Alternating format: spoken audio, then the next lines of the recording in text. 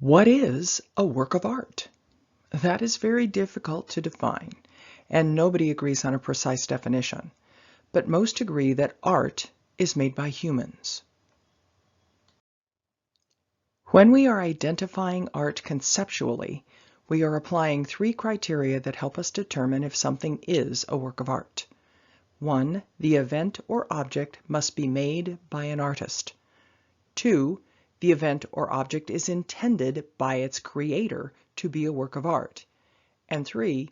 Recognized experts agree that it is a work of art. Take a moment to consider.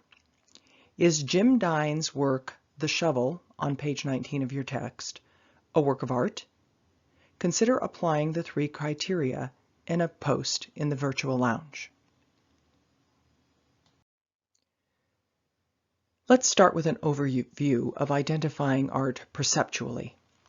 First, there is a difference between perception, what we can observe, and conception, what we know or think we know.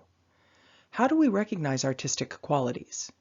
By understanding four basic terms related primarily to the perceptual nature of a work of art. First, artistic form, which is the organization of an artistic medium that results in clarifying some subject matter.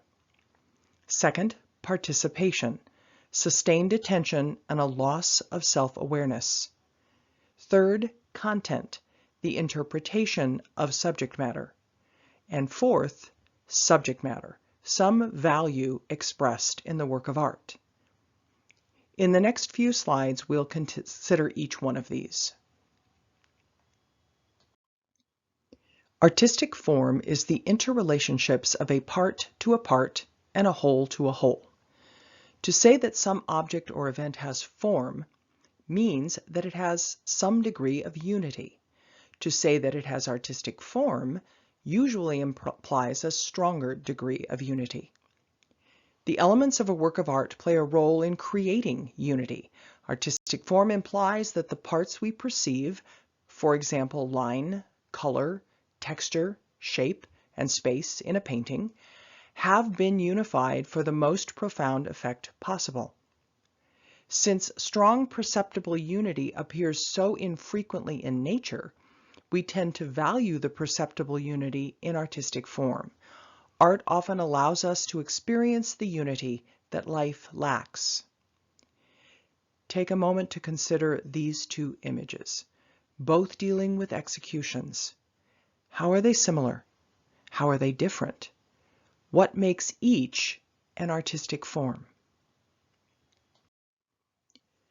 Works of art are created, exhibited, and preserved for us to perceive with not only undivided, but also sustained attention. If the artist's work requires our participation in order to understand and appreciate it fully, we have an indication that the work is art. Participative experiences with works of art are communions, experiences so full and fruitful that they enrich our lives. Such experiences are life-enhancing, not just because of the great satisfaction they may give us at the moment, but also because they make more or less permanent contributions to our future lives. Of the four basic distinctions, artistic form, participation, content, and subject matter, the most fundamental is participation. We must not only understand what it means to participate, but also be able to participate. Otherwise, the other basic distinctions, even if they make good theoretical sense, will not be of much practical help in making art more important in our lives. As participators, we do not think of the work of art with reference to categories we can apply to objects, such as what kind of thing it is. We grasp the work of art directly. When we are participators, our thoughts are dominated so much by something that we are unaware of our separation from it. So the artistic form initiates and controls thought and feeling. When we are spectators, our thoughts dominate something, and we are aware of our separation from it. Participative experience starts with strong or artistic form. Take a moment to consider these two images again. What are the differences in visual fields and boundaries? Hint, read about the two images on page 26 of your text. Content is defined as subject matter separated by a work of art from any unplanned or irrelevant qualities and consequently clarified and made more meaningful. Subject matter is the fourth basic distinction that helps identify a work of art.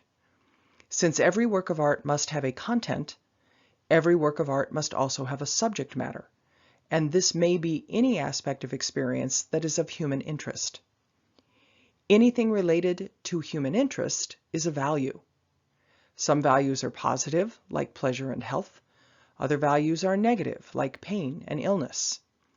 Negative values are the subject matter of both Adam's photograph and Goya's painting. But the photograph, unlike the painting, has no content. The less than artistic form of the photograph simply presents its subject matter. The form doesn't transform the subject matter, doesn't enrich its significance. On the other hand, the artistic form of the painting enriches or interprets the subject matter, says something significant about it. In the photograph, the subject matter is directly laid out. But the subject matter of the painting is not just there in the painting. It has been transformed by the artist. The meaning of a work of art is what is revealed about a subject matter. Participation is the necessary condition that makes it possible for us to perceive artistic form and content with insight. Unless we participate with the Goya painting, we won't see the power of its artistic form. We won't see how the details work together to form a totality. We won't grasp the content fully, because artistic form and content are inseparable. So we will fail to gain insight into the subject matter. We will have collected just one more instance of barbarity. The Goya will have basically the same effect on us as the Adams photograph, except that it may be less important to us because it happened so long ago. But if, on the other hand, we have participated with the Goya, we probably will never see things like executions in quite the same way again. The insight that we've gained will tend to refocus our attention so that we can see similar subject matters with heightened awareness. Artistic form is an organized structure, a design, but it's also a window opening on and helping to focus us on our world, helping us to perceive and understand what is important. And that is the function of artistic form. The artist uses a form as a route to understand some subject matter, and in the process, the subject matter exerts its own significance. A subject matter has, as Edmund Husserl puts it, a, quote, structure of determination, unquote, that to some extent is independent of the artist. Even when the ideas of the artist are the subject matter, they challenge and resist, forcing the artist to discover their significance by discarding irrelevancies. Subject matter is friendly because it can help us interpret, but subject matter can also be hostile because it resists interpretation. If this contrast didn't exist, there would be no challenge to the creativity of the artist. Only subject matter with interesting hidden or uninterpreted values can challenge the artist, and the artist discovers these values through artistic form. If the maker of a work takes the line of least resistance by ignoring the challenge of the subject matter, pushing the subject matter around for entertaining or escapist effects, instead of trying to uncover its significance, the maker functions as a decorator rather than an artist. In summary, an artistic form is more than just an organization of the elements of an artistic medium, such as the lines and color of a painting. The artistic form interprets or clarifies some subject matter. The subject matter, strictly speaking, is not in a work of art. When participating with a work, we can only imagine the subject matter, not perceive it, because the subject matter is only suggested by the work of art.